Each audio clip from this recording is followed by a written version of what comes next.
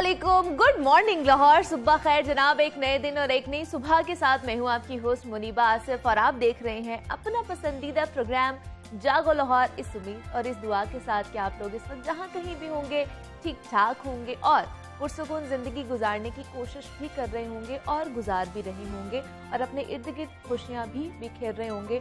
और मेरा ख्याल है कि जनाब आज के परेशानियाँ और जो टेंशनों वाला दौर है, सबसे मुश्किल काम है कि किसी के चेहरे पर हम मुस्कान की वजह बन जाएं।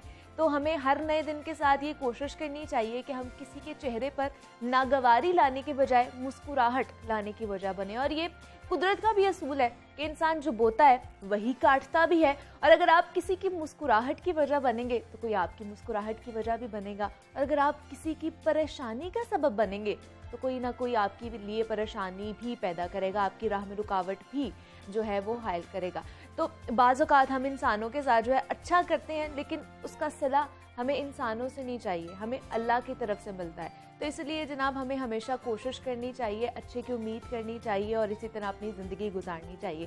तो इसी खूबसूरत पैगाम के साथ हम भी आगे बढ़ते हैं और कुछ बात कर लेते हैं सेल्फ केयर के हवाले से। तो स्किन जिस्म का एक बहुत ही सेंसिटिव हिस्सा होता है और जो टेम्परेचर की तब्दीली से फौरी तौर पर मुतासर हो जाता है। और मौसम सरमा जब आप बाहर निकलते हैं और बाहर से जब गर्म कमरे में आप दाखिल होते हैं और गर्म कमरे से जब बाहर आप ठंडी जगह पर जाते हैं तो जो टेम्परेचर की जो तब्दीली होती है ना, जल्द को बहुत ज़्यादा मुतासर करना शुरू कर देती है और जिसके नतीजे में हमारी जल्द पर खुश्की आना शुरू हो जाती है, ख़ारिश और जलन का भी एहसास होना शुरू हो जाता है। तो यही वजह है कि जब भी मौसम चेंज होता है तो बहुत सारे जो स्किन के इश्यूज़ हैं वो भी जन्म लेना शुरू कर देते हैं। और जिन लोगों की जल्द ज़्यादा सेंसिटिव होती है उनके लिए तो ये जो मौसम की चेंजिंग है ये किसी इम्तिहान से कम नहीं होती है। और ऐसे अफराद ख़ास तौर पर स्किन की बीमारी एक्जिमा का आसानी से शिकार हो जाते हैं और खुश्क जल्द, बदन पर खारिश, बेरंग होंठ, बेजान बाल, फटी एड़ियाँ और दुखती उंगलियाँ, ये सब ऐसे मसाइल हैं जिनसे सर्दियों में बेशतर अफराद मुतासर नज़र आते हैं। तो ये इन मसाइल से हम किस तरह बच सकते हैं, एक्जिमा से किस तरह हम छुटकारा हासिल कर सकते हैं, क्या सेल्फ केयर होनी चाहिए हमारी सर्दियों में, डॉक्टर कमल जवाद हमारे साथ मौजूद हैं, उनसे जानेंगे। और डर्मेटोलॉजिस्ट हैं डॉक्टर कमल। डॉक्टर कमल, मैं आपको खुश आमदीद कहती हूँ जागो लाहौर में। कैसी हैं आप? मैं बिल्कुल ठीक हूँ, आप कैसी हैं? मैं भी बिल्कुल ठीक ठाक। डॉक्टर कमल, जैसे मैं अभी बात कर रही थी कि एक्जिमा का बहुत ज़्यादा शिकार हो जाते हैं लोग, सबसे पहले तो हमें एक्सप्लेन कर दें कि एक्जिमा की बीमारी है क्या, ताकि बहुत से लोग नहीं जानते इसके बारे में, उनको पता चल जाए। देखिए, एक्जिमा जो है, एक्जिमा का एक्चुअल जो वर्ड का मतलब होता है वो होता है टू मेक बॉयल, जिसे हम कहते हैं कि आंवले पड़ गए, छाले पड़ गए। होता क्यों है? मेन इसका जो कॉज है, जो रीज़न है, वो होता है ड्राइनेस की वजह से। ठीक है।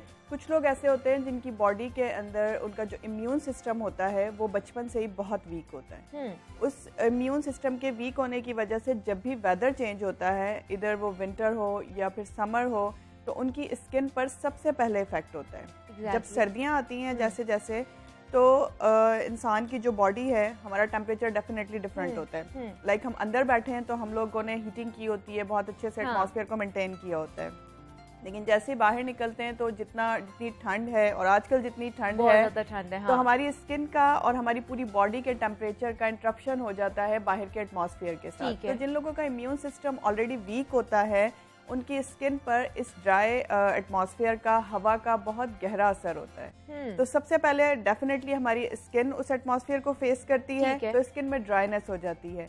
ड्राइनेस की वजह से इचिंग स्टार्ट हो जाती है, और जब इचिंग होती है तो जो लोग एक्जिमा का शिकार होते हैं, जो लोग सेंसिटिव होते हैं, जिनका इम्यून सिस्टम वीक होता है, वो उसे टॉलरेट नहीं कर पाते। लाइक नॉर्मल इंसान तो ठीक है, थोड़ा सा खारिश हुई, हमने मॉइस्चराइजर लगाया, ठीक हो गया। बट जिन्हें एक्जिमा होता है, जिनमें टेंडेंसी होती है कि वो डेवलप कर लें एक्जिमा, उन लोगों की बॉडी में ये होता है कि उस ड्राइनेस की वजह से आहिस्ता आहिस्ता हमारे स्क्रैचेस पड़ना शुरू हो जाते हैं, बिकॉज हम इचिंग करते हैं। जैसे ड्राइनेस होती है, हमें ये लिटरली हमें ये फील होता है कि हम खारिश करें। हाँ। जब खारिश करते हैं तो एक्जिमा का पेशेंट ज्यादा खारिश करता है as compared to normal person. ठीक है। उसी खारिश की वजह से स्क्रैच होगा तो उस बॉडी के ऊपर जख्म पड़ना शुरू हो जाते हैं। ठीक है। वो जख्म बॉयल भी बन जाते हैं, आंवले भी पड़ जाते हैं। उसकी इतनी ज्यादा इंटेंसिटी हो जाती है कि पेशेंट जो एक्जिमा के हैं विंटर के आते साथ ही बहुत ज्यादा परेशान हो जाते हैं। जगह जगह बॉडी में, खास तौर पे किन जगहों पे होता है, जो हमारे एक्सपोज पार्ट्स होते हैं, लाइक हमारे हाथ, हमारा फेस, पैर, ये ज्यादा, इवन दो हमारा सर भी। स्कैल्प भी एक्जिमा का शिकार हो जाती है। तो एक्जिमा एक ऐसी चीज है उन लोगों में ज्यादा टेंडेंसी से होती है जिनका इम्यून सिस्टम वीक होता है। लेकिन क्या ये सिर्फ सर्दियों में ही होती है या गर्मियों में भी, क्योंकि टेम्परेचर बहुत ज्यादा हीट वाला होता है, उसमें भी हम लोगों ने अंदर बाहर सर्द और गर्म हो जाते हैं, तो क्या गर्मियों में भी हो सकती है या ज्यादातर ये सर्दियों में ही होता है? एक्चुअली गर्मियों में इतनी ज्यादा इंटेंसिटी से नहीं होती। मैंने आपको बताया ना कि उसका जो मेन कॉज है वो है ड्राई एटमॉस्फेयर, ड्राई एयर। सर्दियों में जो भी हो, जितना ज्यादा टेम्परेचर हॉट होगा उतना ज्यादा हमारी बॉडी से सीबम सिक्रीट होता है। सीबम सिक्रीट होगा तो बॉडी हमारी ऑयली रहती है। आपने देखा सर्दियों में हर वक्त बॉडी लाइक ऐसे जैसे चिप चिप कर रही होती है, ऑयल होता है बॉडी के अंदर, उसकी वजह से कभी भी हमें इचिंग नहीं होती, ड्राइनेस नहीं होती। जब ड्राइनेस नहीं होती तो इंटेंसिटी एक्जिमा की वैसी नहीं होती। ठीक है, ऑल्दो कि वो परेशान होते हैं एक्जिमा के पेशेंट्स उसमें, लेकिन उतनी ज्यादा टेंडेंसी के साथ नहीं जितनी ज्यादा सर्दियों में होते हैं। लेकिन क्या ये जैसे आपने कहा कि इंटरनली आप वीक होते हैं, उसकी वजह से ये बीमारी आपको लाक हो जाती है, तो ये किसी को भी हो सकती है?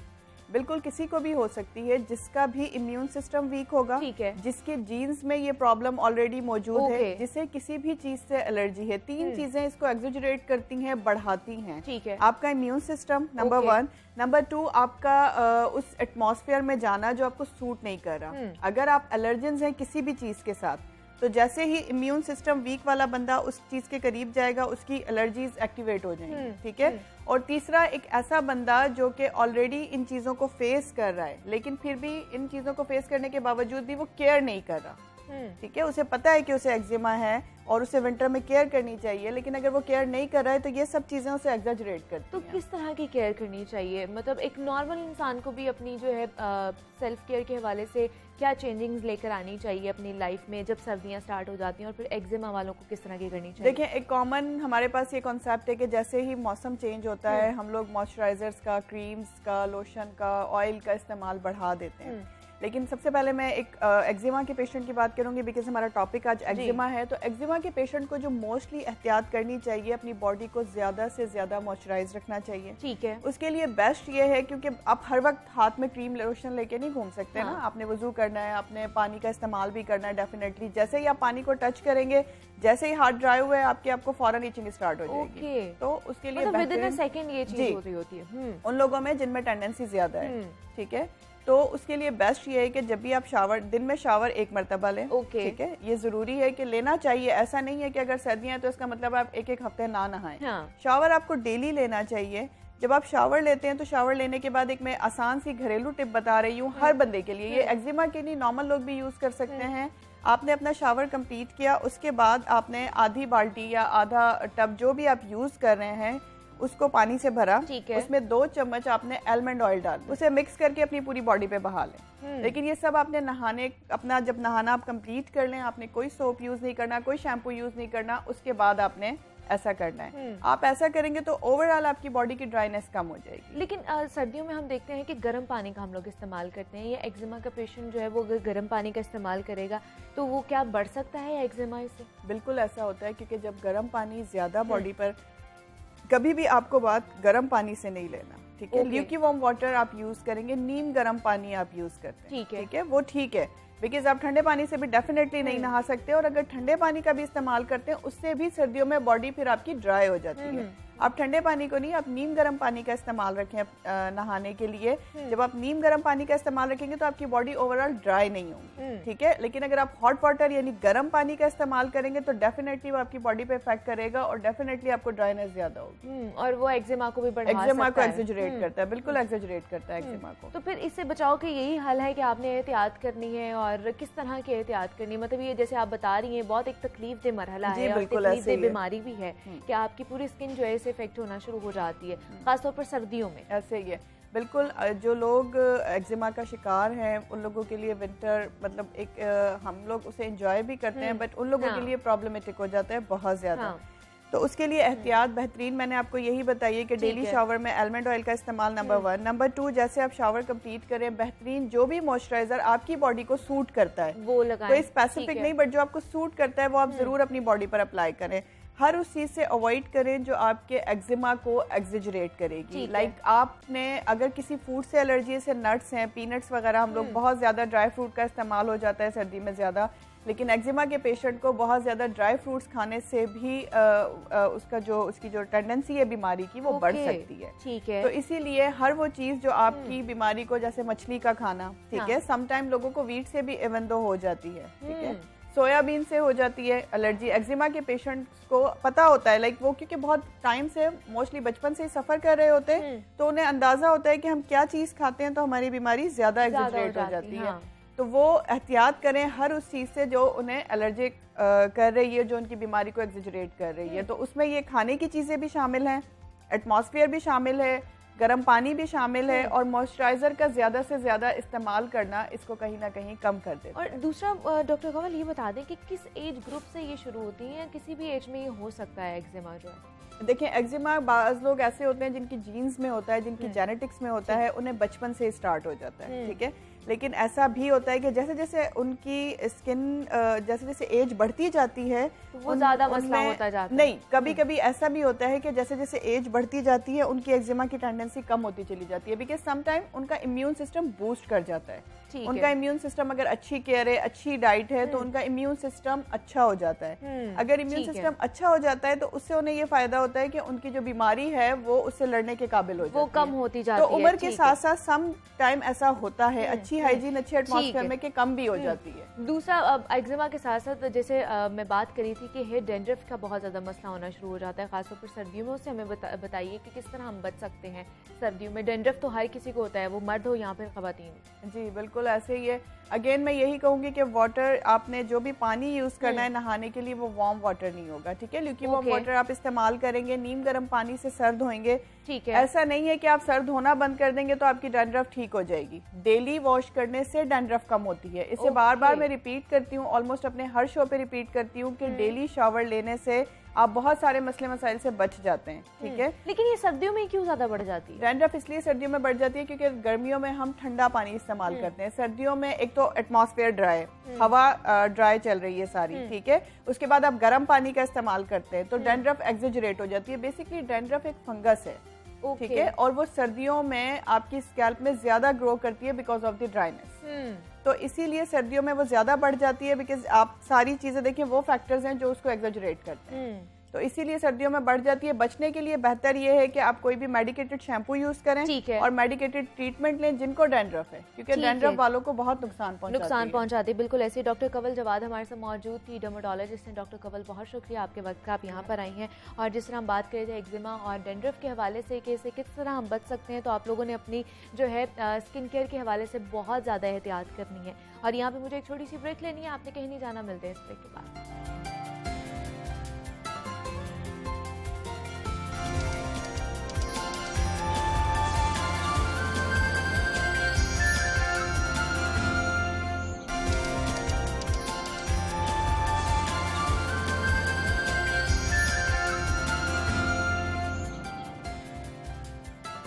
वेलकम बैक टू जागो लाहौर। जनाब, अब कुछ जिक्र हो जाए बदलती दुनिया के हवाले से, तो हर गुजरते लम्हे के साथ दुनिया बदल रही है और ट्रेंड्स भी बदलते जा रहे हैं और हमारी ज़रूरियात भी बदलती जा रही हैं। और ये अमल इतनी तेज़ी के साथ चल रहा है कि अगर आप उन ट्रेंड्स के साथ नहीं चलेंगे तो दुनिया से बहुत पीछे रह जाएंगे। और ये स्टार्टअप्स और डिजिटलाइजेशन का ज़माना है और हम भी अपने इस सेगमेंट में आपकी मुलाकात ऐसे ही कामयाब पाकिस्तानी एंटरप्रेन्योर से करवाते रहते हैं जो कुछ मुनफरिद और इनोवेटिव आइडियाज़ लेकर मार्केट में आते हैं और जनाब देखते ही देखते कामयाबी उनका मुकद्दर बन जाती है। और आज हम आपकी मुलाकात भी एक ऐसे ही मेहमान से करवाने जा रहे हैं जो एक डाटा एनालिसिस और आर्टिफिशियल इंटेलिजेंस एक्सपर्ट हैं और महज 3 साल पहले उनकी जानिब से शुरू किए जाने वाला जो उनका स्टार्टअप था पाकिस्तान का कामयाब तरीन स्टार्टअप बन चुका है। और वो खुद तो कामयाब हुए ही हैं, लेकिन उसके साथ साथ वो दूसरे एंटरप्रेन्योर्स और नौजवानों को कामयाब करने के लिए राह भी हमवार कर रहे हैं।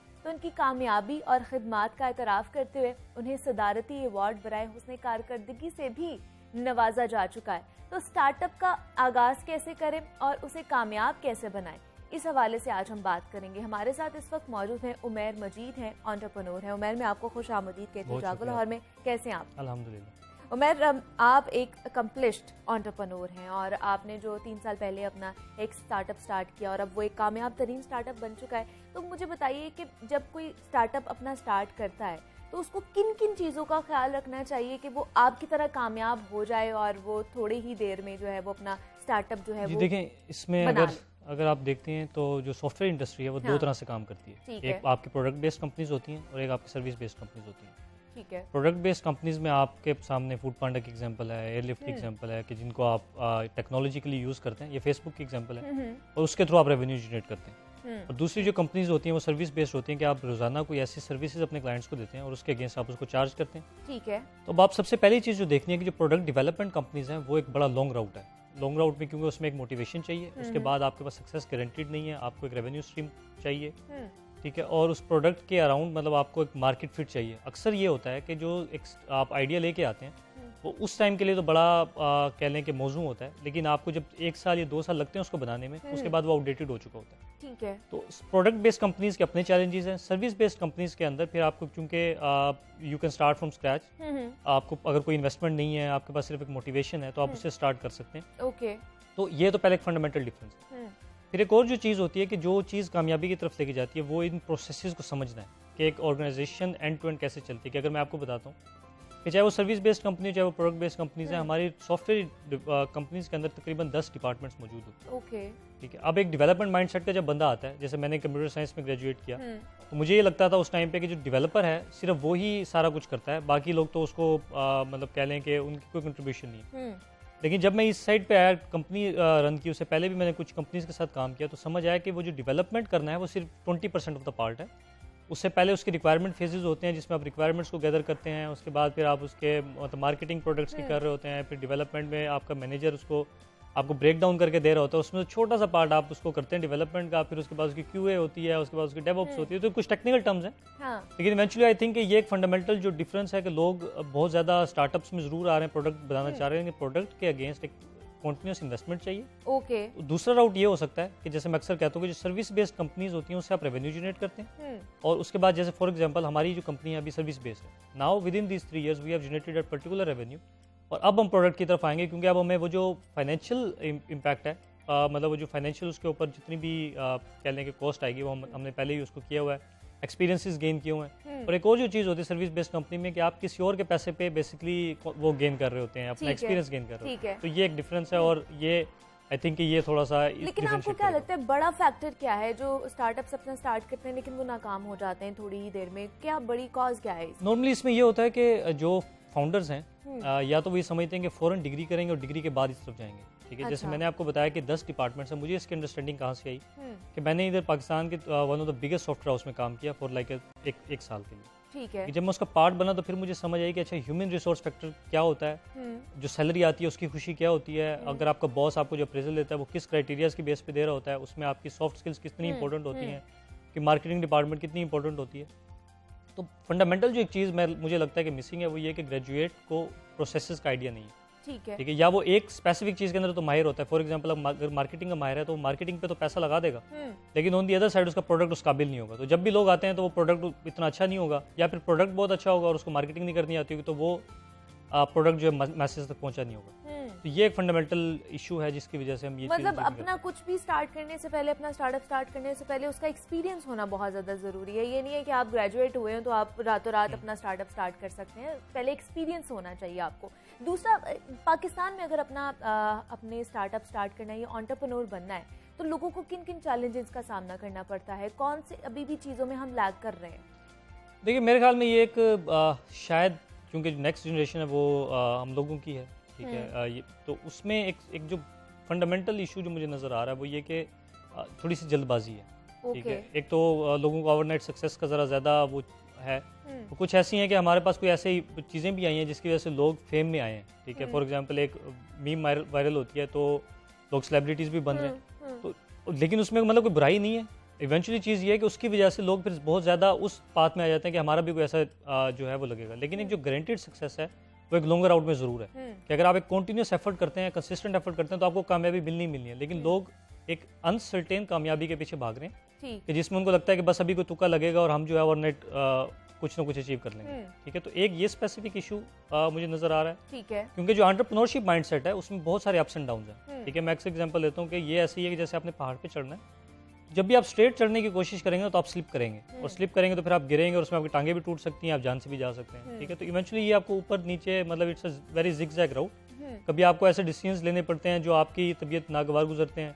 अभी जैसे फॉर एग्जांपल मैंने अपनी ऑर्गेनाइजेशन के अंदर डिफरेंट डिपार्टमेंट्स को सेटअप किया हुआ है। ठीक है, अगर मैं एक हफ्ता नहीं भी ऑफिस जाऊंगा तो मेरा ऑफिस अपने ऑन पे चलता है। हाँ, वो चलता रहेगा। ठीक है, तो ये प्रोसेसेस की समझ जो है वो मुझे ऑन अ बिगर पर्सपेक्टिव लोगों को मुझे ये लगता है कि प्रोसेसेस की समझ नहीं है। लोग उसको वन मैन शो बनाने की ज़्यादा कोशिशों में होते हैं, जिसकी वजह से वो उनको कुछ होता है, वो बीमार होते हैं, आगे पीछे होते हैं, तो लोग फिर उसके बाद उनके प्रोसेसेस फेल हो जाते हैं और उनके स्टार्टअप्स जो हैं वो डिक्लाइन की तरफ जाते हैं। और जैसे आपने मैं अगर बताऊं तो आपने जैसे डेटा एनालिसिस में और आर्टिफिशियल इंटेलिजेंस में ये फील्ड को चूज़ किया है, तो क्यों चूज़ किया है? मतलब सबसे पहले तो मुझे ये बताएं। दूसरा, पाकिस्तान में आपको क्या लगता है इसका जो फ्यूचर है वो कितना ज़्यादा है? देखें, कुछ चीज़ें आपको वैसे फैसिनेट कर रही होती हैं कि जैसे आप एलन मस्क को देखें और उसकी जब आप ट्वीट्स देखते हैं और फिर आप सेल्फ ड्राइविंग कार्स देखते हैं, फिर आप इसके यूज़ केसेस अगर देखें कि जैसे अब आपकी सारी चीज़ें ऑटोमेशन की तरफ जा रही हैं। आप कह लेंगे अगर दुबई वगैरह में आप कहीं पे भी जाते हैं तो आप देखते हैं कि सारी चीज़ें तकरीबन ऑटोमेट है, वन विंडो सोल्यूशन हर चीज़ों के। तो पाकिस्तान के अंदर भी वो सारी चीज़ें आ रही हैं। ठीक है, तो मुझे जो जिस चीज़ ने ज़्यादा फैसिनेट किया वो इसमें, जैसे अभी आप कह लेंगे with in final year project degree के मैंने एक प्रोडक्ट बनाया था जिसमें आप सर्च थ्रू इमेज कर सकते हैं। ठीक है, कि अगर मुझे आपका ये सूट पसंद आ रहा है तो मैं इसकी पिक्चर बनाऊँ और मैं अपने पोर्टल के ऊपर डालूँ तो मुझे इससे मिलते जुलते जिस भी ब्रांड के ऊपर ये सूट हैं। ठीक है, तो मैं अब ये कहाँ से ये आइडिया आया, ये इधर से आया कि फॉर एग्जांपल शादियों पे जो फीमेल्स जाती हैं वो एक दूसरे को देख के वो ये नहीं पूछ पाती कि कितने का था लिया है, कहाँ से लिया। ठीक है, तो वो उसमें अक्सर ये होता है कि वो 7 तस्वीर बनवा ली, उसमें से फिर क्रॉप किया और वो तो वो इस तरह की चीज़ें की जो रियल टाइम प्रॉब्लम सॉल्व कर रही थी। फिर उसके अलावा फील्ड क्योंकि बूम पे है। अच्छा, एक और जो मज़ेदार चीज़ है कि जब डाटा जहाँ पे आता है तो अगर वो बैंकिंग का डाटा है तो हम बैंकर बन जाते हैं। अगर वो मीडिया चैनल्स का डाटा होगा तो हम शायद मीडिया एनालिस्ट बन जाएंगे। अगर वो एडवर्टीजमेंट का डाटा होगा तो हमको मार्केटिंग के एक्सपर्ट बन जाएंगे। ठीक है, तो हमारी फील्ड बेसिकली हर एक के साथ कंप्लीमेंट करती है क्योंकि हम बात करते हैं डाटा के ऊपर। ठीक है, तो एक तो सबसे जो मुझे सबसे ज़्यादा अच्छी चीज़ लगती थी इस फील्ड की वो ये थी। दूसरा आपने सवाल किया कि फ्यूचर इसका क्या, देखिए फ्यूचर डेफिनेटली एआई और एमएल की तरफ ही चीज़ें जा रही हैं, ऑटोमेशन की तरफ जा रही हैं, जिसको हम आरपीए रोबोटिक प्रोसेस ऑटोमेशन भी कहते हैं अपनी टर्मिनोलॉजी में। विद इन पाकिस्तान थोड़े से चैलेंजेस अभी ज़रूर हैं क्योंकि एक जो और चीज़ समझने की है कि ये एआई और जो मशीन लर्निंग है ये बाय प्रोडक्ट्स हैं। ठीक है, ये कंप्लीट प्रोडक्ट्स नहीं है। कंप्लीट प्रोडक्ट्स से मतलब ये है कि फॉर एग्जांपल अगर आप यूट्यूब देखती हैं तो यूट्यूब में जो सर्चिंग है और बाकी सारी चीज़ें हैं वो एक फुल स्टैक डेवलपमेंट है और उसके अंदर जो आपकी पसंद के जो गाने आ रहे होते हैं वो AIML है। ठीक है, तो हो सकता है कि आज से 3 साल 4 साल पहले जब वो नहीं भी थे तब भी यूट्यूब चलती थी, अब वो आए तो वो ईजी बना रही है। तो मेजोरिटी जो दुनिया है वो उसमें आप कह लें कि 70% 80% लोग तो अभी मस्ट हैव्स की तरफ जा रहे हैं। ठीक है, ये जो चीज़ें नाइस टू हैव्स हैं। ठीक है, तो इसके लिए आपके पास रिलेटिवली जो टारगेट ऑडियंस है वो थोड़ी सी कम है, मतलब वो बड़ी स्पेसिफिक नीश के लोग हैं जो आपके साथ इस फील्ड में जुड़ते हैं। इसकी वजह से अपॉर्चुनिटीज़ ओवरऑल दुनिया के अंदर मतलब एक्सपैंड हो रही हैं क्योंकि दुनिया ओवरऑल तरक्की कर रही है और पाकिस्तान के अंदर उतनी ज़्यादा नहीं है जितनी आप कह लें कि नज़र आ रही होती है। हाँ, तो वो with I think next 3-4 years के अंदर बहुत ज़्यादा अपॉर्चुनिटीज अनफोल्ड होंगी। और जैसे उमर आपको अवार्ड भी मिला है dynamic entrepreneur of the year का सदर ममलिकत से, तो कैसा फील हुआ कि आपने इतनी कामयाब जो अपनी जर्नी गुजारी और उसके बाद आपको अवार्ड? देखिए, मेरे ख्याल में कुछ चीज़ें ऐसी, क्योंकि मैं टेक्निकल बैकग्राउंड से हूँ तो वो होता ही है कि हम काम कर रहे होते हैं और हमें मतलब जब किस तरह की रिकग्निशन मिल रही होती है तो वो एक डबल आपको इंडोर्स करती है क्योंकि विद इन 3 इयर्स अल्हम्दुलिल्लाह 50+ हमने टीम को साइज को लेके गए, फिर रेवेन्यू में जितना कंट्रीब्यूट किया तो उससे नज़र आता है कि अच्छा we are doing something good. क्योंकि इस पे मुझे स्टीव जॉब्स की एक, क्योंकि मैं उनको इंटरव्यू सुन रहा था तो उनकी एक कहावत याद आई कि कहते हैं कि अगर आप किसी से भी पूछेंगे ना कि जापानीज़ प्रोडक्ट लेंगे कि अमेरिकन प्रोडक्ट्स लेंगे, ठीक है, तो वो कहेगा जापानीज़ प्रोडक्ट। ठीक है, तो हम सबके घर में नेशनल की इस्त्री शायद होगी। उसकी वजह यह है कि वो अपने प्रोडक्ट्स के ऊपर बहुत ज़्यादा इन्वेस्ट करते हैं, तो एक दफ़ा जब उनके प्रोडक्ट के ऊपर कोई बंदा मतलब लेता है ना तो उसके बाद वो उसका फ़ैन हो जाता है। On the other side American companies अपनी मार्केटिंग के ऊपर इन्वेस्ट करते हैं। ठीक है, और वो लेकिन ये जो मार्केटिंग के ऊपर इन्वेस्ट है उसके बाद एक दफ़ा आपके पास कस्टमर आता है लेकिन वो सिर्फ एक वीक के लिए आता है, उसके आगे जो आपसे के साथ रिटेन रहेगा वो आपके एक्सपीरियंस के ऊपर रहेगा, आपके प्रोडक्ट के ऊपर रहेगा और इन सारी चीज़ों के ऊपर रहेगा। तो हमने एज एन ऑर्गेनाइजेशन पहले अपने प्रोडक्ट के ऊपर काम किया था। ठीक है, हमने अपनी बेसिस को सेट किया था और जब इस तरह की रिकग्निशन मिली तो वो डेफिनेटली वो एक इंडोर्समेंट हुई हमारे लिए। और जब उसके बाद हमें मतलब मजीद एक्नॉलेजमेंट्स मिली हैं, तो जब लोगों ने देखा कि अच्छा वाकई ये तो ऑन द बैक एंड मतलब ऑफिस से लेके टीम स्ट्रक्चर से लेके they have done a good job, तो आई थिंक वो एक इंडोर्समेंट भी और वो एक अच्छी इस तरह से है कि इट्स ऑलवेज पॉजिटिव जब भी इस तरह की एक्नॉलेजमेंट्स मिलती है ऑन अ कंट्री लेवल, ये आपको बड़ा मतलब मोरल बूस्ट करती है। अभी उसी के अंदर बिल्कुल I am just doing one last thing कि उसी के फिर अगेंस्ट मैंने एक एंटिटी रजिस्ट्री की टेक्नीशियन के नाम से, टेक्नीशियन का पर्पस जो है वो करियर काउंसलिंग ही है कि अगर मैं इधर तक पहुंच सकता हूँ 25 साल की एज में, तो बाकी भी हैं। और उसके लिए हम जनूबी पंजाब के अंदर जितने भी स्टेक होल्डर्स हैं उनको बहावलपुर के अंदर जो है वो अराउंड जीप लेरी लेके जा रहा हूँ। 2 डे कॉन्फ्रेंस है, उसमें ये सारी चीज़ें हम कवर कर रहे हैं कि कैसे उधर के लोग भी जो है वो एम्पावर हो सकते हैं। Thank you. उमैर मजीद हमारे साथ मौजूद है, एंटरप्रेन्योर है। उमैर, बहुत शुक्रिया आपके वक्त का और बेस्ट ऑफ लक कि आप ये जो नया वेंचर शुरू करने जा रहे हैं इसमें आप कामयाब हों और आपकी तरह बाकी भी जो लोग हैं वो अपनी ज़िंदगी में और फ्यूचर को सक्सेसफुल बना सके।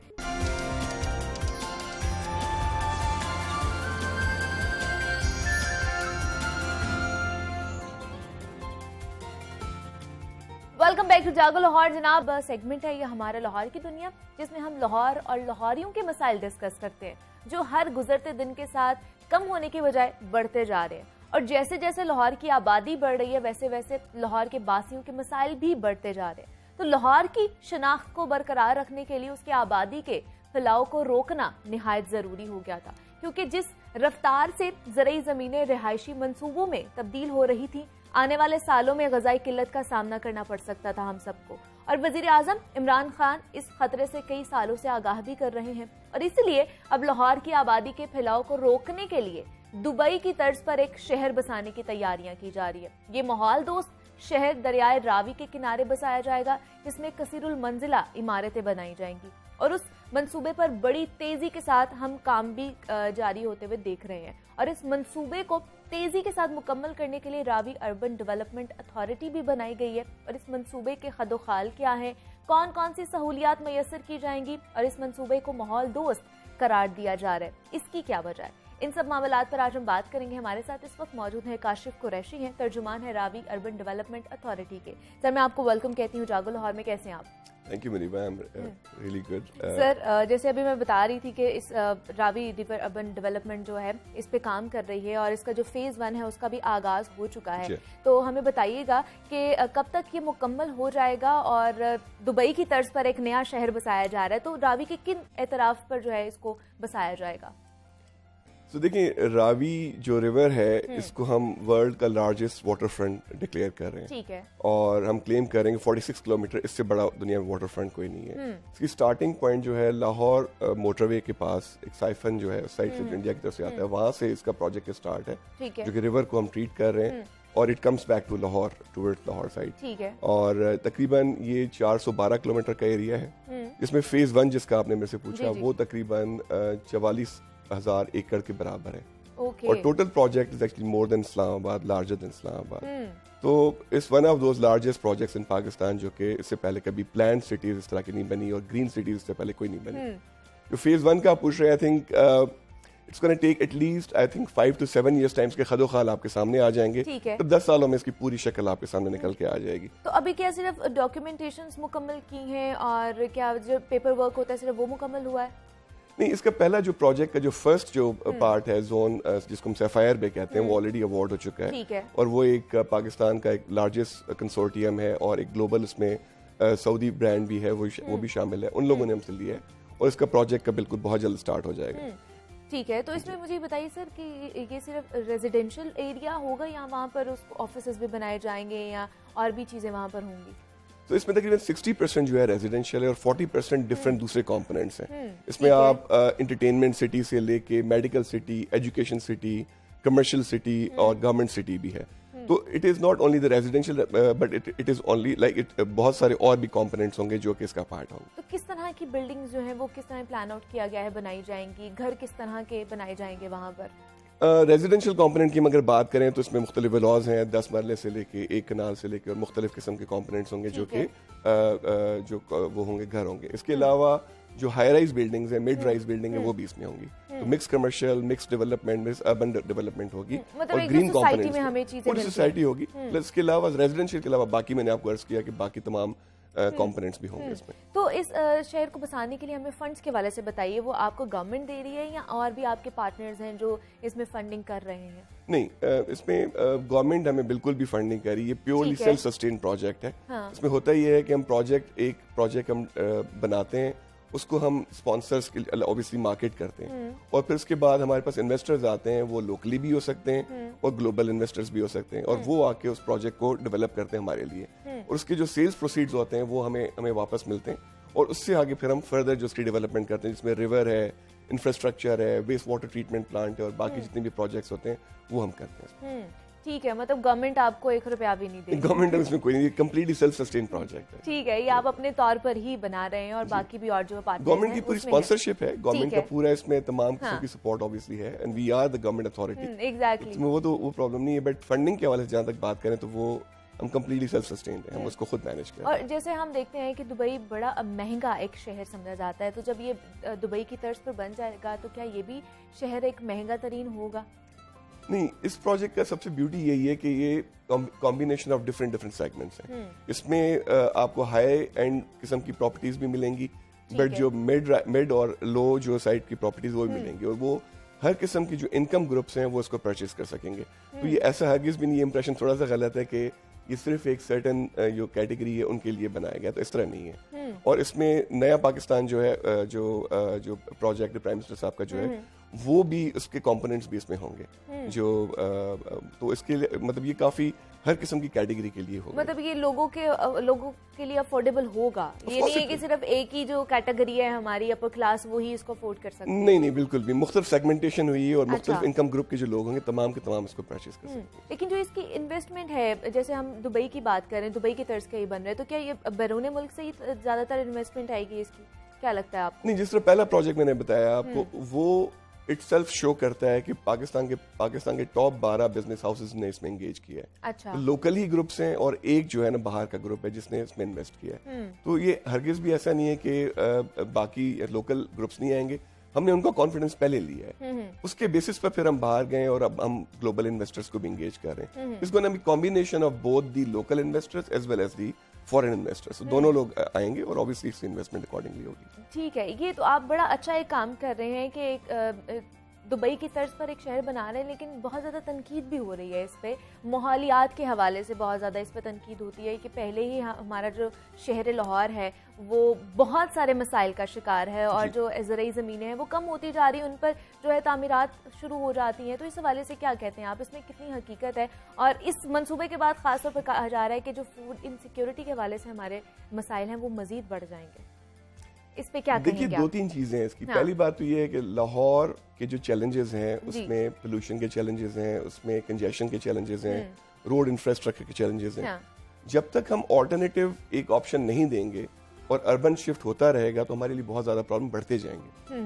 इस टाइम लाहौर को एज ए शहर और पंजाब को obviously as a province as well एक प्रॉपर अर्बन प्लान शहर चाहिए। अच्छा। जो कि इस शिफ्ट को अब्सॉर्ब कर सके और जो इंफ्रास्ट्रक्चर के और कंजेशन के प्रॉब्लम हो रहे हैं उसको एड्रेस कर सके। तो इसके लिए जरूरत इस अमर की है कि बजाय लाहौर को ही आप ओवरलोड करते चले जाएं, इसके एडजेसेंट एरिया में आप कोई और डेवलप सिटी बनाएं। अब जो ऑलरेडी एरिया जिसको हम कहते हैं कि जो कि एग्रीकल्चर बेस्ड है, वहां पे तकरीबन 25 to 30% ऑलरेडी वहां पे कॉलोनीज आ चुकी हैं। अच्छा। जो कि कंप्लीटली अनप्लैंड है। जब वो अनप्लैंड होंगी तो ज़ाहिर इंफ्रास्ट्रक्चर भी ठीक अवेलेबल नहीं होगा और जो लोड ऑलरेडी है वो और बढ़ जाएगा। तो इसका मकसद ये है कि हमने ये जो प्लान सिटी बनाई है वो उन्हीं प्रॉब्लम्स को एड्रेस करने के लिए। तीसरी जो चीज आपने ग्रीन की भी बात की, तो देखें हमने इस टाइम जो लाहौर में ग्रीन कवर है वो हार्डली 2 से 3% है, बल्कि इससे भी कम है। With this project we are claiming के 12 से 13% का ग्रीन कवर हम प्रोवाइड करेंगे। अच्छा। और हर कंपोनेंट को अगर आप मजीद डिटेल में देखेंगे तो हर कंपोनेंट में मैंडेट किया हमने स्पॉन्सर्स को और इन्वेस्टर्स को 13% ग्रीन कवर दें। अच्छा। उससे आपका जो लाहौर का जो ग्रीन कवर है वो ओवरऑल काफी बेहतर हो जाएगा और जो पोल्यूशन की जो प्रॉब्लम्स है वो भी काफी एड्रेस हो रहे होंगे। और आखिरी बात ये कि हम रिवर को ट्रीट कर रहे हैं। पानी में पानी बिल्कुल लाहौर में पानी बिल्कुल डिप्लीट होता जा रहा है बहुत ज्यादा। ठीक है ना जी? एग्जैक्टली हाँ, तो उस गंदा वजह से- नाला कह लें कि नाला आप कह लें। जो है ना रावी हमारा गंदा नाला जो है वो उसकी सूरत इख्तियार कर चुका है। जी जी जी हाँ। और टेबल जो है बहुत नीचे चला गया पानी का। Exactly. तो 5 साल डाउन द लाइन हमारे पास पानी वैसे ही नहीं होगा। तो ये जो है प्रोजेक्ट रावी को जब हम कंप्लीटली रिवाइटलाइज करेंगे तो रिवर भी वापस आएगा और वो उसको हम रिचार्ज करेंगे। तो उससे क्या होगा कि पानी भी मिल रहा होगा, प्लस हमें वेस्ट वाटर ट्रीटमेंट प्लांट और एनवायरमेंट फ्रेंडली जितने भी प्रोजेक्ट्स हैं वो भी इसके साथ आएंगे। तो ये रादर कुछ लोगों का मिसपरसेप्शन है कि एनवायरमेंट या उसके अगेंस्ट है। मेरे नजदीक ये प्रोजेक्ट कंप्लीटली एनवायरमेंटल फ्रेंडली है, ग्रीन कवर को बढ़ा रहा है और आपकी रावी के पानी को बहाल कर रहा है और जो वेस्ट वाटर ट्रीटमेंट और बाकी जितने प्रोजेक्ट्स हैं वो इसका पार्ट हैं। तो वो आपके तमाम के मसलों को बेहतर तौर से हल कर रहा होगा। लेकिन जैसे सर आपने भी कहा कि रावी जो है एक खतरनाक हो चुका है या उसको कह ले कि गंदे नाले की शक्ल जो है इख्तियार कर चुका है और उसके बाद उसके एतराफ पे ये शहर बसाना, तो आपको नहीं लगता कि ज्यादा उसकी कंडीशन खराब कर देगा? लेकिन मेरी बात या अगले उसको 5 आलूदा सालों कर देगा? में अगले 5 सालों में अगर अनप्लान इसी तरह कॉलोनीज बनती रही तो वो तो वैसे ही खराब होना है। जो आज आपके पास एरिया अवेलेबल है तो वो भी पोल्यूटेड हो जाएगा। तो बजाय उसके बेहतर ये है कि हम प्रॉपर एक प्लान सिटी बनाएं जिसमें ग्रीन कवर हो, इसमें एटमॉस्फेरिक जितने भी चैलेंजेस हैं उनको भी हम एड्रेस कर रहे हो। बजाय ये कि हम किसी को भी अलाउ करें और वो अकॉर्डिंगली अपने हिसाब से बनाना शुरू करें। तो गवर्नमेंट ऑब्वियसली इसकी पूरी ऑनरशिप ले रही है कि वो कम्प्लीटली प्लान सिटीज होंगी और कम्प्लीटली उसको जो है ना जितने भी जो इंटरनेशनल कंसोर्टियम्स होंगे या लोकल कंसोर्टियम होंगे वो एज पर हमारे बायलॉज जो गवर्नमेंटल के बायलॉज होते हैं उनको एड्रेस करते हुए बनाएंगे। तो ज़ाहिर उससे वो कम्प्लीटली प्लान होगा और तमाम प्रॉब्लम्स उसको हम उसका इदराक होगा हमें और उसके अकॉर्डिंगली हमने उसको मैनेज करना। मतलब ये देखा जाएगा कि यहाँ पर तमाम तो जितनी भी हमारी बुनियादी सिविक फैसिलिटीज होंगी वो हमें यहाँ पर मौजूद होंगी जो हमें बड़ी बड़ी सोसाइटीज में बड़ी बड़ी जगहों पर मिलती हैं और जो हमारे अंदरून शहर में नहीं है। देखिए जो बायलॉज है ना वो तमाम इन चीजों को एड्रेस करेंगे। जितनी भी सिविक सोसाइटीज हैं, सिविक फैसिलिटीज जितनी हैं वो ऑब्वियसली इसमें अकाउंटेड फॉर हैं और जितने भी इन्वेस्टर्स आएंगे उनको मैंडेट किया जाएगा कि वो उन तमाम बायलॉज को फॉलो करें और उससे वो तमाम चीजें एड्रेस हो रही होंगी। जो भी वहाँ पे हैबिटेंट्स होंगे जो तकरीबन 8 से 10 मिलियन के बराबर होंगे तो वो जाहिर सी बात है उसको मैनेज हो रहा होगा। वो अब बिल्कुल रेस्ट अश्योर कि वो तमाम चीजें अकाउंटेड फॉर हैं और प्रॉपर ही ऑर्गेनाइज्ड और प्रॉपर इस मैनर में चलेगा। क्योंकि ऑलरेडी हमारा जो लाहौर है वो कंक्रीट का जंगल है उसको कहा जाता है, ग्रीनरी हमें कहीं पर भी नजर नहीं आती। तो अगर इस तरह के जो प्रोजेक्ट आते जाएंगे और उन पर काम नहीं किया जाएगा, ग्रीनरी को बढ़ाया नहीं जाएगा, तो मेरे ख्याल से हम लोग फिर जो माहौलियात के हवाले से बात करते हैं फिर वो करनी छोड़ देनी चाहिए क्योंकि माहौल ही हमारा सही नहीं हो रहा। तो अब मुझे बताइए कि लोगों के हवाले से लोगों ने इस पे किस रिस्पॉन्स किया कि जब उनको पता चला? देखिए रिसेंटली हमने एक खुद प्रोजेक्ट हमने लॉन्च किया है चाहर बाग के नाम से और इसमें बहुत ही ओवरवेलमिंग रिस्पॉन्स आया है। तो वो that gives us very clear indication कि लोगों का इसमें बहुत ज्यादा एपेटाइट है। उसके अलावा जितने भी हम मुख्तलिफ जो हमारे मीडिया हैं उनको हमने एड्रेस किया है, लोगों से बातचीत की है, तो हमें बहुत ही पॉजिटिव रिस्पॉन्स आया। क्योंकि देखें इसका जो इंसेप्शन पॉइंट है ना वो एनवायरमेंट है। ठीक है, रावी को रिवाइटलाइज करना है, रिवर को रिवाइटलाइज करना है, एनवायरमेंट के एड्रेसेस इश्यूज को चैलेंज को एड्रेस करना है, हमने कंजेशन के चैलेंजेस को एड्रेस करना है। तो आप इनको जब ओवरऑल एक होलिस्टिक पिक्चर में देखते हैं तो एक्चुअली ये माहौल दोस्त प्रोजेक्ट है। और जिस तरह ग्रीन कवर का मैंने आपको जिक्र किया उसको भी हम एड्रेस कर रहे हैं। आप देखिए कि रकजोक फॉरेस्ट का अगर आपने सुना उसको हमने कंप्लीटली रिवाइटलाइज किया है, उसको मैनेज कर रहे हैं। वापस प्राइम मिनिस्टर साहब को तशरीफ लाए थे, इनॉग्रेट किया है, उसको उस ग्रीन कवर को हम मजीद वहाँ पे बेहतर कर रहे हैं। और मुझे दूसरा बताइए कि लोग क्या वहाँ पे प्लॉट वगैरह लेना शुरू कर दिए, मतलब दरखास्तें उनकी एप्लीकेशंस आना शुरू हो गई हैं क्या? जो हमने चाहर बाग का मैंने जिक्र किया वहाँ पे I think with in 2 days हमें तकरीबन ओवर 5000 एप्लीकेशंस आई हैं ऑलरेडी लोगों की। तो लोगों का डेफिनेटली इसमें इंटरेस्ट डेवलप हो रहा है। तो क्या प्रोसीजर क्या है इसका अगर लोगों ने एप्लीकेशंस देनी है प्लॉट के लिए? तो उसका पूरा प्रोसीजर हमने बनाया हुआ है। ऑब्वियसली हम इसकी फुल लॉन्च करेंगे। हमने प्री सेल शुरू की है जिसमें लोगों का इंटरेस्ट हम देखना चाह रहे थे, वो ऑब्वियसली बहुत ओवरवेलमिंग है और with in a months time हम इसको प्रॉपर लॉन्च करेंगे। और उसकी प्रोसेसिंग जो है ना पूरी प्रोसेसिंग होगी और जो भी नंबर ऑफ प्लॉट्स होंगे उस पर इवेंचुअली बैलेटिंग होगी। लेकिन क्या ये किसी वेबसाइट के जरिए होगी या ऑफिसेज बनाए जाएंगे वहाँ पर लोग जाके कर सकते हैं अप्लाई? नहीं, रूडा का अपना वेबसाइट भी है। अच्छा। उसके ऊपर हम उसको होस्ट करेंगे, उसकी वेबसाइट पे इसकी तमाम एप्लीकेशन वगैरह वहीं से हो रही होंगी। प्लस जो रेलेवेंट बैंक्स हैं वहाँ पे भी एप्लीकेशन फॉर्म्स अवेलेबल होंगे और लोग वहाँ पे आके वहाँ से एप्लीकेशन फॉर्म अक्वायर करके उसको वहाँ से अप्लाई कर सकें। और ये कब से? 1 महीने बाद से शुरू हो रही है? 1 महीने ऑनवर्ड से शुरू हो जाएगा। हमने ऑलरेडी एडवर्टाइज शुरू कर दिया है इसको, बट 1 महीने के बाद इसको हम प्रॉपर फुली लॉन्च करेंगे। प्रॉपरली जो है फुली लॉन्च कर दिया जाएगा। ठीक है जनाब काशिफ कुरैशी, हमारे साथ मौजूद है तर्जुमान रूडा एम। सर बहुत शुक्रिया आपके वक्त का, आप यहाँ पर आए हैं और जो नया शहर बसाया जा रहा है, बसाने की तैयारियाँ शुरू कर ली गई हैं रावी किनारे, उस हवाले से हमने बात की है कि क्या क्या हमें वहाँ पर फैसिलिटीज़ मिलेंगी, कैसे जो नया शहर बसाया जाएगा, तैयारियां किस तरह की चल रही हैं, उस हवाले से हमने इस सेगमेंट में बात की है। और इसी नोट पे हम भी एक छोटी सी ब्रेक लेते हैं, आपने कहीं नहीं जाना है, मिलते हैं इस ब्रेक के बाद।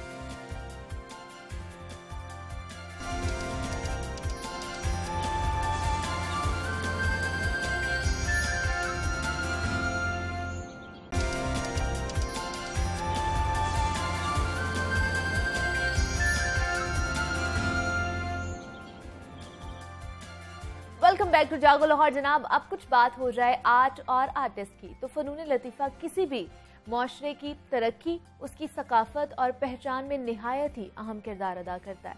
तहजीबें अपने आर्ट और फ़न के ज़रिए तारीख़ के पन्नों में ज़िंदा रहती हैं, लेकिन हमारे यहाँ फ़नून लतीफ़ा की प्रिजर्वेशन और तरवीज के लिए कोई ख़ास काम नहीं किया जाता, और जिसकी वजह से हम दुनिया में अपनी सकाफती पहचान बनाने में काफ़ी पीछे रह चुके हैं। लाहौर में अलहम्रा आर्ट काउंसिल के नाम से एक इदारा मौजूद है जो आर्ट की तरवीज के लिए अपना काम जारी रखे हुए है और आवाम को इस प्लेटफॉर्म से सकाफती सरगर्मियां मैसर आती रहती हैं।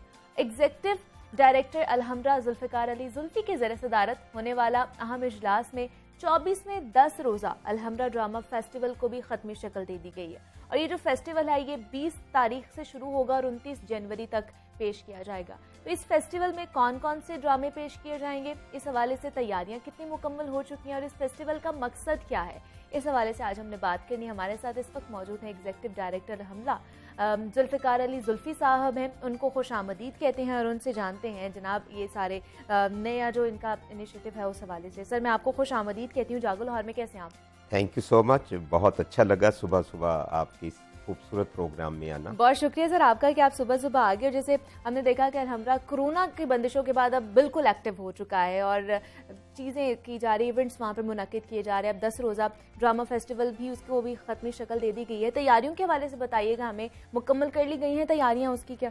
जी बिल्कुल, अल्हम्दुलिल्लाह बहुत अच्छी तैयारी है और क्योंकि एक लेंथी फेस्टिवल है, 10 रोज़ा 10 डिफरेंट ड्रामे हैं और उसमें 10 डिफरेंट ड्रामों में टोटली सब्जेक्ट भी डिफरेंट हैं, उनके सेट्स, उनकी लाइट, उनके साउंड टोटली डिफरेंट हैं, उनकी प्रॉप्स डिफरेंट हैं, मेकअप डिफरेंट है और बहुत मज़े का इंटरेस्टिंग है सारा फेस्टिवल।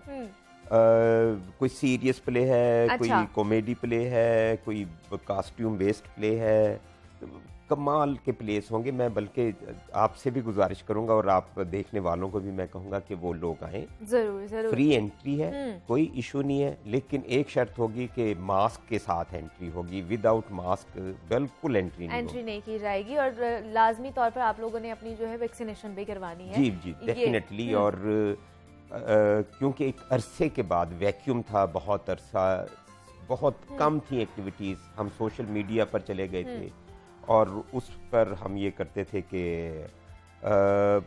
म्यूजिक ड्रामा नहीं हो सकता था, उसमें म्यूजिक हमने बहुत किया कोरोना के दिनों में, हमने लाइव म्यूजिक ऑन एयर किया और बहुत अच्छा रिस्पांस रहा उसका, बल्कि और हमें प्लेटफॉर्म मिल गया कि ड्रामा या म्यूजिक हॉल में 400-500 लोग देखते हैं। ठीक है। वो जब हमने सोशल मीडिया के थ्रू ये सारी अपनी प्रोजेक्शन की और वो तो लाखों में लोगों ने देखा है, अमेरिका, कनाडा, यूके, दुबई, पूरी दुनिया में देखा जाता था और उससे एक नो डाउट कोरोना एक बीमारी, एक आफत थी, लेकिन मैं ये कहता हूँ कि क्रिएटिव लोगों के लिए तो बेहतरीन टाइम था वो, क्योंकि उनके पास टाइम था।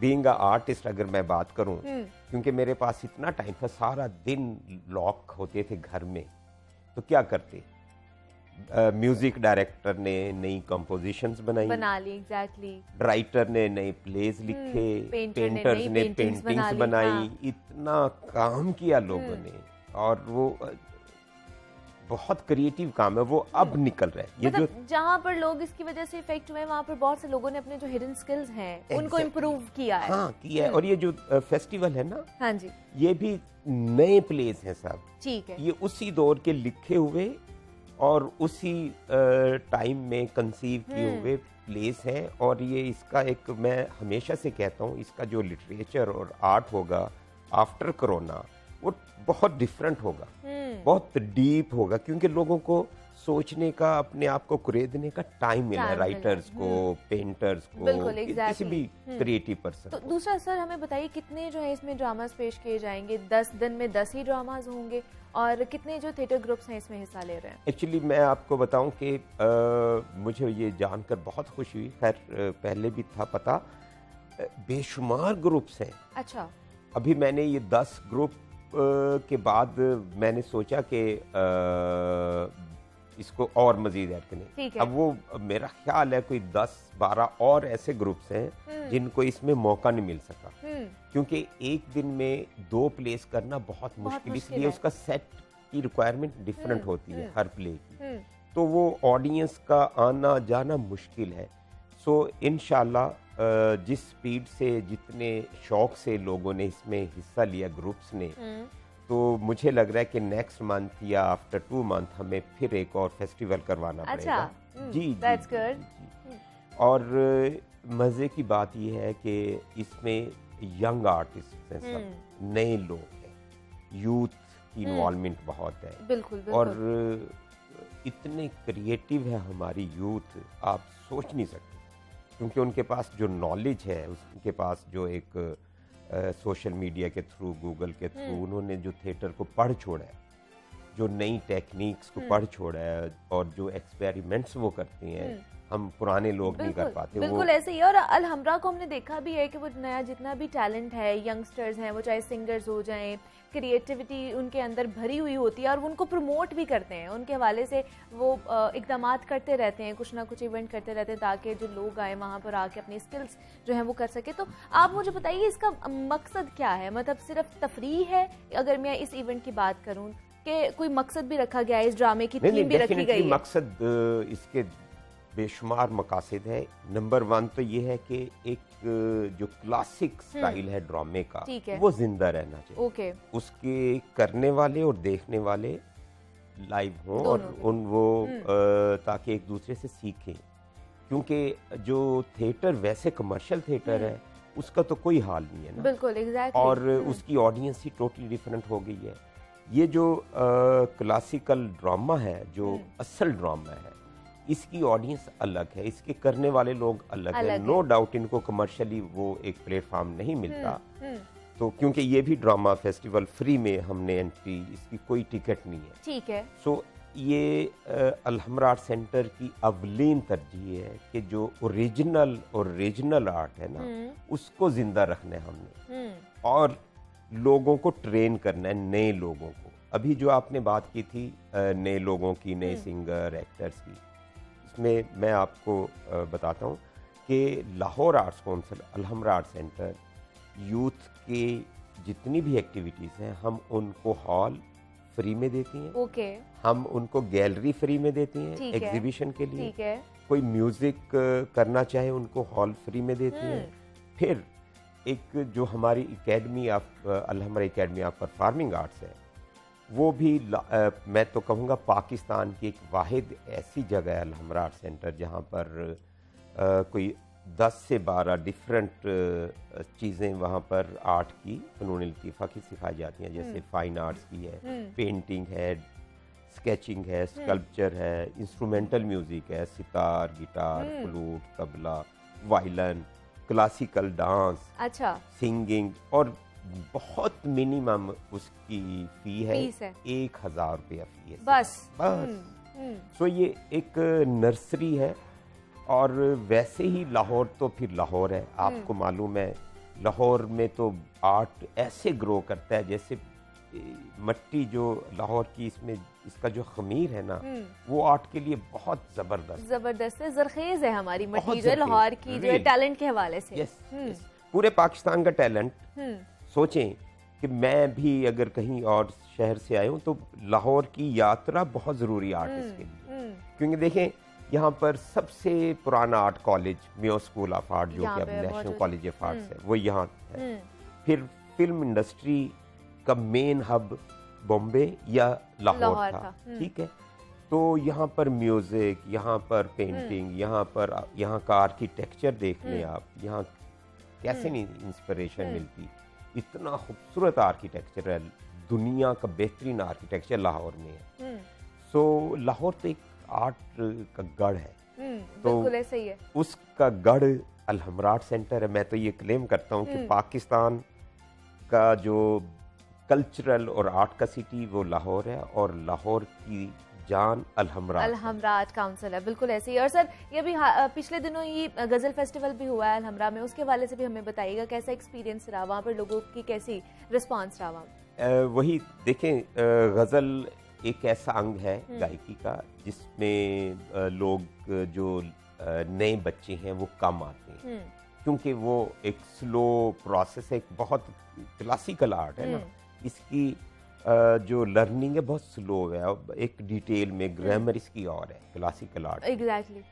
तो इसको इसमें जंप करना बड़ा मुश्किल है नए लोगों का। तो हमने ये जो फेस्टिवल किया था इसके भी यही दो मकासद हैं कि लोग इसके सुनवैये और गाने वाले जिंदा रहें, आर्ट्स काउंसिल आते रहें, एक दूसरे को मिलते रहें। अभी ये जो गजल फेस्टिवल किया था, आप उसका अगर रिस्पांस देखती आप हैरान हो जाते। रियली एक अरसे के बाद एक हमने देखा बहुत रश था वहाँ पर, हमने उस पर रिपोर्ट भी की थी और हमने देखा भी था, और इतना अच्छा गाया, इतना एंजॉय किया लोगों ने। और मुझे बहुत खुशी है कि वो भी वही प्रेशर है कि जी मैंने नहीं गाया, मुझे नहीं शामिल किया। आर्टिस्टों का प्रेशर है कि जी उसको बुला लिया, मुझे नहीं बुलाया। तो इंशाल्लाह नेक्स्ट मंथ हम गजल फेस्टिवल मुझे लगता है हर महीने हम किया करेंगे। ये तो बड़ी अच्छी चीज़ है, ताकि जितना भी हमारा टैलेंट है उसको एक प्लेटफॉर्म मिल सके, उनको भी मौका मिल सके कि वो आके अपने जो टैलेंट है वो दुनिया तक पहुंचाए। जुल्फ़िकार जुल्फ़ी साहब हमारे साथ मौजूद थे, एग्जीक्यूटिव डायरेक्टर अलहमरा। सर बहुत शुक्रिया आपके वक्त का, आप यहाँ पर आए, आपने टाइम निकाला हमारे लिए। और अलहमरा के बारे में यही कहूँगी जनाब, वो नए टैलेंट के हवाले से बहुत ज़्यादा इकदाम उठाते रहते हैं और इस तरह के इवेंट्स भी करते रहते हैं। तो आपसे भी यही दरख्वास्त है कि जो नया इवेंट होने जा रहा है, फेस्टिवल होने जा रहा है ड्रामास के हवाले से, आप लोग भी वहाँ पर शिरकत कीजिएगा और आप लोगों को ये पसंद भी आएगा।